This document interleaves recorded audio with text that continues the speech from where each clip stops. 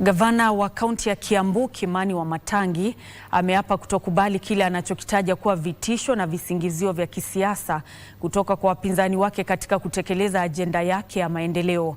Wakati huo huo, afisi ya msajili wa vyama vya kisiasa leo imeendelea kutoa mafunzo na kukuza uwezo kwa maafisa wa vyama vya kisiasa ikiwa ni maandalizi ya kabla ya uchaguzi.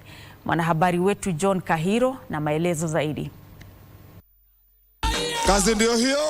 Akizungumza mjini Thika, gavana wa kaunti ya Kiambu Kimani Wamatangi alisimulia ubomoaji wa majengo yake ya biashara mapema mwaka huu, akisema hatua hiyo ilikuwa kitendo cha uoga kutoka kwa wapinzani wake wa kisiasa. Wamekuja wameharibu mpaka ka biashara yangu nilianzisha kama nyinyi hapa Jua Kali huko Nairobi. Wakakanyanga na wakabeba kila kitu wakatupa Kibera. Kusudi wanataka kunitishia ati ndio niweze kukaa kwa laini moja kama nimeinama ndio vitu ziende na ni kitu ya jamaa mzuri. Alafu wakaniambia wanalete mtu mwingine atasimama kiti ya gavana kwa vile mimi nimekaa ngumu. Mimi sitaki kupendwa. Sitaki kupendwa huko juu na wapi, hata sitaki kupendwa na wamechaguliwa. Nataka kuweka heshima ya kusema ya kwamba ukipatiwa kazi, heshima wenye wamekupatia kazi.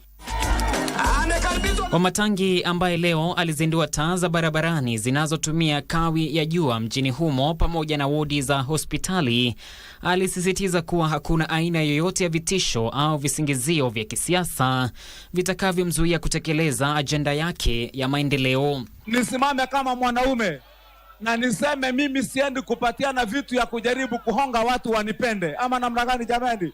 Kazi ndio hiyo na roho ndio hiyo.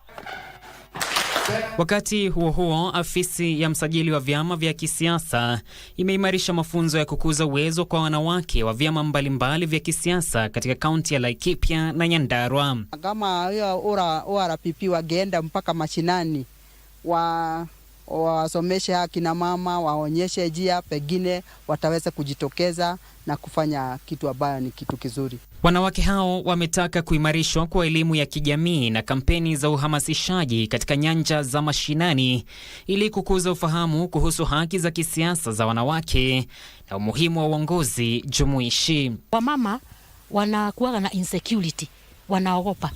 Na pia lack of finances. Wamama sana, unajua hatuna title ya mashamba. Pia sasa pesa mfukoni wamama wakipata watatokezea kwa wiki. Tunataka we come out more clearly and tell them what exactly the law says. Juu sometimes unapata kenye iko kwa sheria na kenye iko kwa ground ni tofauti kabisa. John Kahiro, Darubini.